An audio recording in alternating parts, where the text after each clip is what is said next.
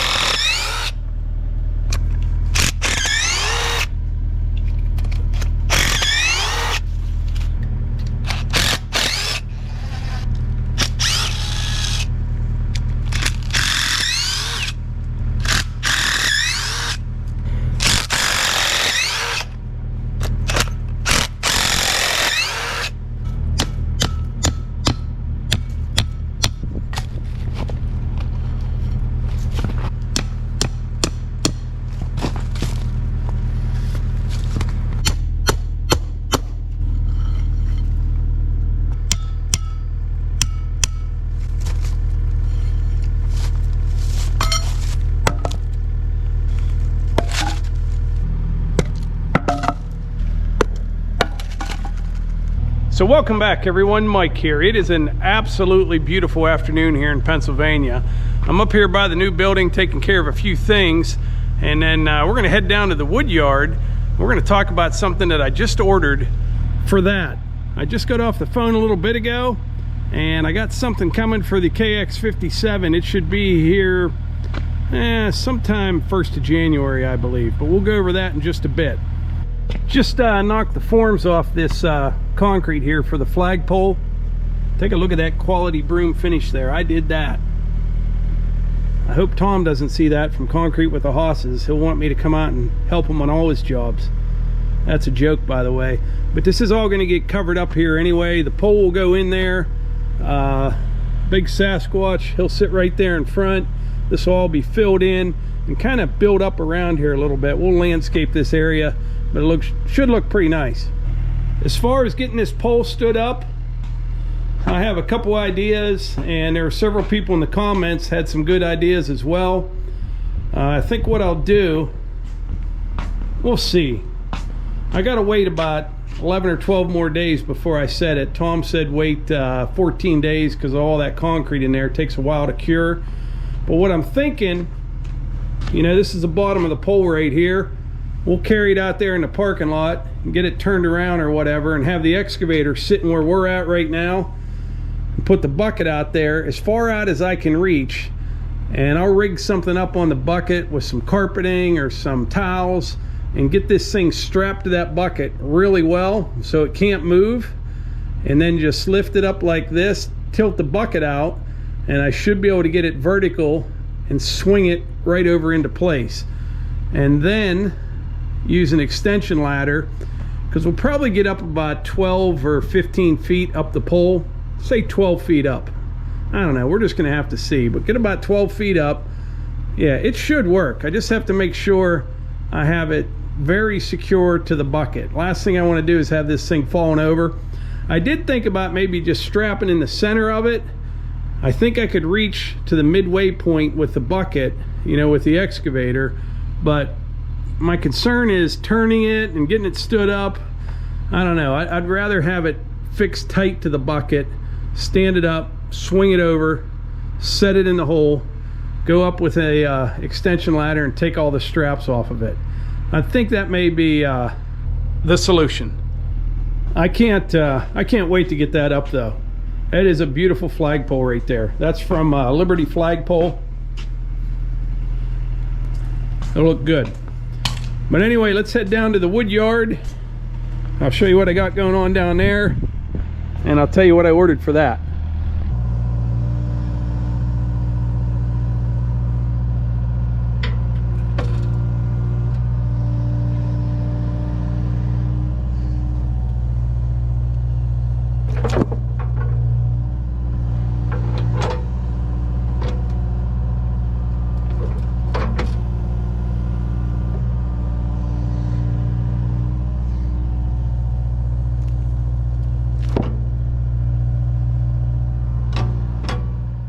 I'll tell you what, it has been an absolutely beautiful day so far today. About 45 degrees and sunny, not a cloud in the sky. I could handle this weather right through March, then maybe warm up 10 or 15 degrees. I doubt that'll happen, but it would be pretty nice. Anyway, earlier I mentioned that today's video was sponsored by HelloFresh, and I want to thank them for sponsoring today's video. They've been a great partner to our channel. If you're not familiar with HelloFresh, they deliver fresh, pre-portioned ingredients and seasonal recipes right to your door. We have been very busy around here lately, and like everyone knows, around the holidays things just get kind of hectic. HelloFresh really kind of lightens the load a little bit. Less trips to the grocery store. They have simple recipes, don't take long at all to prepare, and it's kind of one less thing you have to worry about. I have to say, my favorite thing about HelloFresh is the meals are absolutely delicious. Even things that I don't think I'll like, after I try them, I find out that I actually love them. I've mentioned before, Eva is by far our most picky eater. She enjoys them all as well. The entire family loves having HelloFresh for dinner. Another added bonus that we discovered is it definitely saves us time. Especially this time of year, the last thing we want to do is make another trip to the grocery store. And like I said before, meal prep is very quick, very easy, and very minimal cleanup. Cleanup is easy because all the ingredients come pre-portioned and there's less prep and less waste. If you want more information, go to HelloFresh.com and use code OUTDOORS14 for up to 14 free meals and 3 free gifts. So quite often I get into wood like this right here. This is red oak right here. That piece there is probably, I don't know, 24 inches in diameter. And I can split that, no problem at all, on the Wolfe Ridge. I mean, the log lift will lift it up, but it's just kind of awkward. And actually, to be honest, a little bit dangerous. What happens is you get it up here and you split it. I've split ones even bigger than that, but you get it split, you know, might use the 4-way wedge, and you got to watch where those 2 big chunks on top go. You know, it could come back towards you, could bounce off the table, go back towards the engine. You can do it, but if you get into a bunch of wood like that, I wanted a better solution. Because I have big wood like that laying around everywhere. You know, I may trim up an end of a log before I put it on the sawmill, and they just kind of accumulate around here, but there's a ton of firewood in there, especially for the bundle wood. I mean, 1 or 2 of those rounds, I could probably make, I don't even know, 10 or 12 bundles out of each one of those, and you know, they'll sell for at least $6 a piece. Then I've got logs like this right here. This is an oak as well. I think that's actually in the red oak family, might be black oak, I'm not even sure. This one got some big cracks all the way through it. Yes, I could definitely get some lumber out of it, but to be honest, I think this would be more valuable to me selling it as firewood bundles. Here's some more right here. Now these ones are about 39-40 inches in diameter, if I remember correctly. These pieces were left over from that little project I did for the local park. But yeah, this came from a tree at the park that died. But there is a ton of firewood in here, but it's just kind of a pain to deal with when they're that big. Here's some more big ones here, already cut into rounds. I've got probably, I don't even know, 6 or 7 big logs laying out in the woods from trees that went down. I might have cut them to length, but discovered, you know, the ants got in them or something like that. But there's tons of good usable wood in there. So I needed to come up with a way to get that stuff split down a little bit more efficiently. So I just ordered a log splitter for the excavator. I think it'll work absolutely fantastic. It's not going to have the 4-way wedge or anything like that. Just a single wedge to break down some of these real big rounds. And I'm thinking what the plan is, you know, maybe right over in here, that'll all be cleaned up over there. Put a couple of those big pallets, get all that big wood down here, cut into rounds, stack them on those pallets. I mean, pile them up right there. And then once I get that splitter, I'll be able to reach over at the excavator, grab them, swing them over here, split them. You know, some of those real big ones I may need to split 3 or 4 times and get them into a manageable size that I can then put on the log splitter. A lot of people always ask why I don't get a firewood processor. I really don't want one for what we use around here. I mean, I think that'd be great if you have consistent firewood poles, approximately the same diameter, you know, things like that. But we don't get that. You know, I can cut wood that might be 4 or 5 inches diameter up to 40 inches in diameter. A lot of times I cut, you know, tops and squirrely stuff, and a processor just wouldn't be right for me. I'm not saying there's anything wrong with them. I think they're great.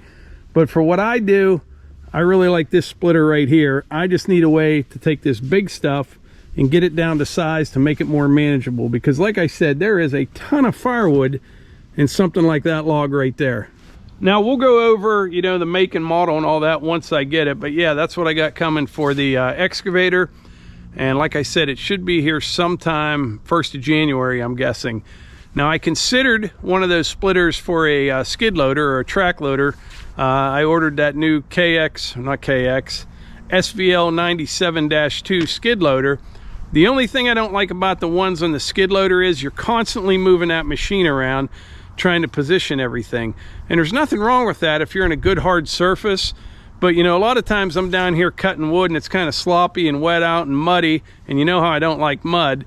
And with that skid loader, you're just constantly kind of digging yourself a hole and making a big mess, dropping the wood in the mud, all that kind of stuff. I like to keep all my firewood as clean as possible, and I know my customers like it that way as well.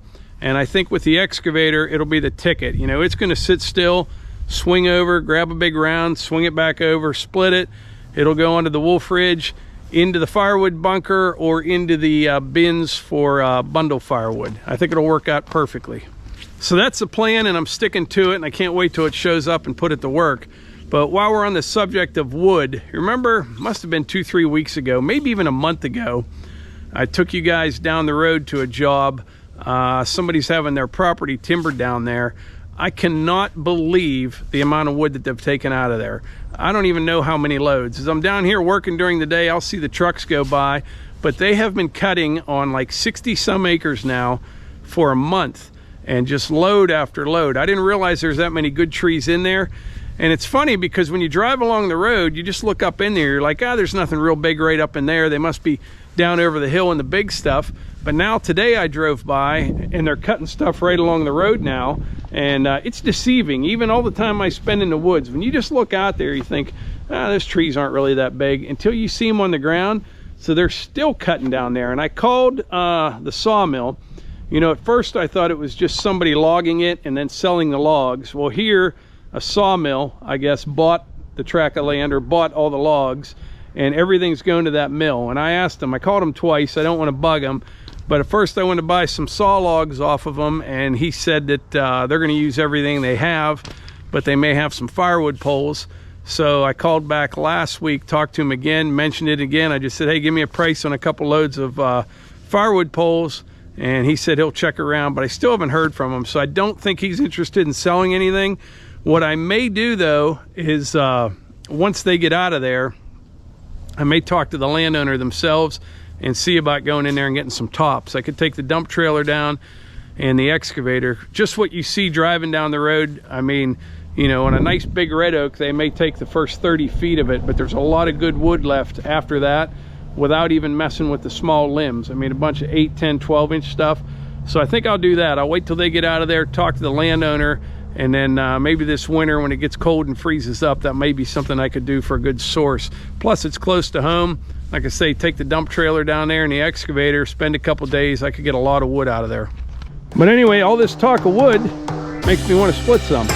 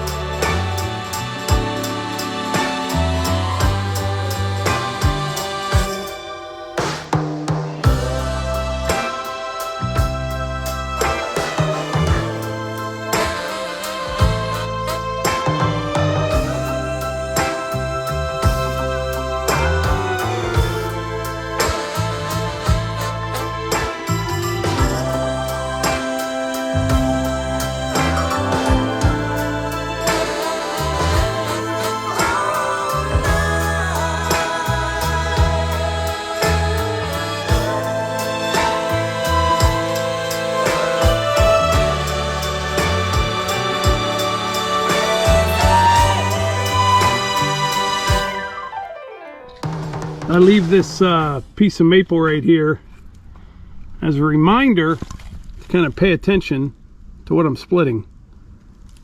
But anyway, I think that's about it for today's video. I want to thank HelloFresh for sponsoring today's video. I want to thank all of you for being here, and I'm pretty excited about getting a log splitter for the excavator. Like I always say, if you enjoy these videos, please hit the like button, click subscribe, and share them with your friends. Thanks.